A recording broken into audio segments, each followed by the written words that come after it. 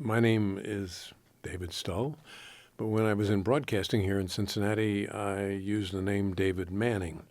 I think I best tell you all that I'm 83 years old, so I was in broadcasting at Cincinnati back when it was somewhat in its infancy, when television was live. Yeah, there was no such thing as videotape. It hadn't been invented yet. So it was a lot of fun. Enter in haste and repent at leisure. When you were on the air, you're on the air, and you couldn't go back and fix it Right. again. Not a lot of editing going on back then. Not a whole lot. So something I thought would be really interesting, as you worked in the field in a lot of different areas, is there something about the interview process that you remember, a trick that you used to get ahead, or a story that you have that might help people have some insight as to what it's really like to get hired into these fields? Well, that's hard to transfer any of this to any individual. I can only speak to what happened to me, and it was, to be honest with you, it was very spontaneous. A couple of the jobs that were important to me when I was just starting out in broadcasting. One happened here in Cincinnati when I went over to WKRC. And a guy named Ed Kennedy, who was the program director, and he also did all their sportscasting, interviewed me for a job. And this was when I was, I think, probably a sophomore in college. And I went in and talked with him, and I was interviewing for a job as a summer replacement announcer. And we talked for a while, and toward the end of the interview, Ed turned to me and said, he said, listen, he said, let's say I hire you. And at the end of the time that you've been working here, and you're ready to go back to school, and he said, I have an opening and I offer you a job. What would you do? I said,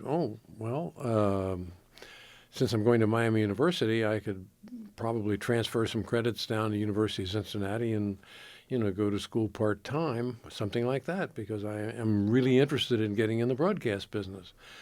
And he said to me, I thought you'd say that. I'm not going to hire you. You go back to school, you get your degree, and then come see me, and we'll talk. Well, I was a little put off at the time, and I had 2 years to go. But anyhow, I followed the man's advice. I went back to school. I graduated. And right after graduation, I was knocking on his door. I said, hey, you said that you would hire me. And he said, well, I don't have a real opening right now. I'll tell you what, go out and try to find a job. Really try. And if you can't find one, come back. Well, I did, and I couldn't. And so I went back to him. He said, okay, you're hired. And that's how I started in professional radio here in Cincinnati. And from there, it went to television pretty quickly, right? And, well, it wasn't pretty quickly. I guess it was about a year or so, but there was an opportunity that opened up in Dayton, and I decided I'd go up there and audition for WLWD. Now it's WDTN, but then it was WLWD. And so I went up there to audition for the job, and I was talking with the program director, and he said to me, well, you aren't the kind of a person we're looking for. And there was this kind of dead space in between us for a moment, and I looked at him, and I guess I was somewhat of a smart aleck back in those days, and I said, how do you know? And he sat back at his desk, and he looked at me and said, you mean you don't feel like you've been given a chance? I said, you don't know what I can do. And he said, well, all right. He said, be in here tonight at 8 o'clock. He said, what I want you to do is I want you to do a newscast. I want you to do a sportscast. He said, I want you to do a formalized commercial. I want you to do an ad-lib commercial. And I want you to introduce a movie in an unusual way. Wow. See you tonight at 8 o'clock. So I walked out with shaky knees out of his office, and I went upstairs at Channel 2, and it just so happened that a gal I knew from Miami University was working in the traffic department, traffic being scheduling. And she said to me, he always does that. He never invites the sales department to see somebody to come in here to audition so he can kind of decide on his own. And so she actually made a call to the sales manager and said, a friend of mine is coming in here tonight, and he's going to audition. Could you come in to see?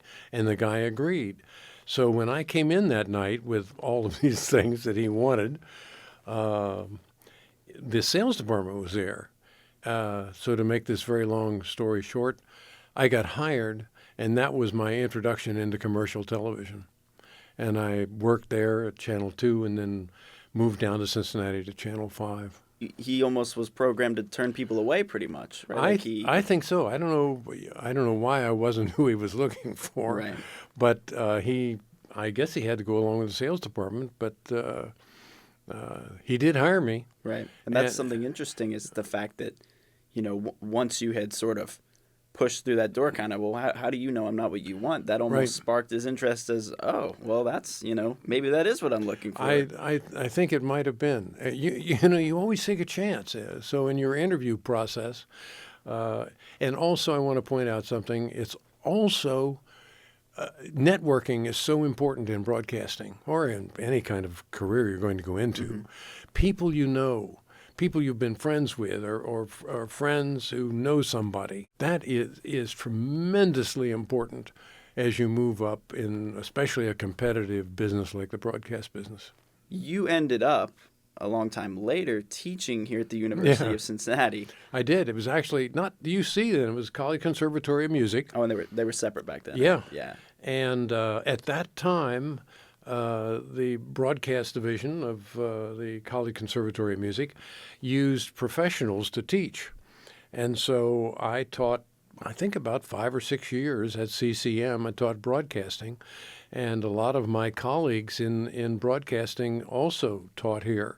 And so as I explained to Matthew, my grandson, the e-media department is actually, I guess, if you go back to Ancestry.com, you would find it went all the way back to this 83-year-old guy who worked here as a teacher. More or less, the times have changed and the technology has changed, but the structure of it still, you got professionals teaching the job. They still do that. I think e-media, better than a lot of majors, brings in people that work in the field, and it's just a really cool place to learn from people that do the job. So I that's think really I interesting. think it's really important that you learn from people who are working in the field.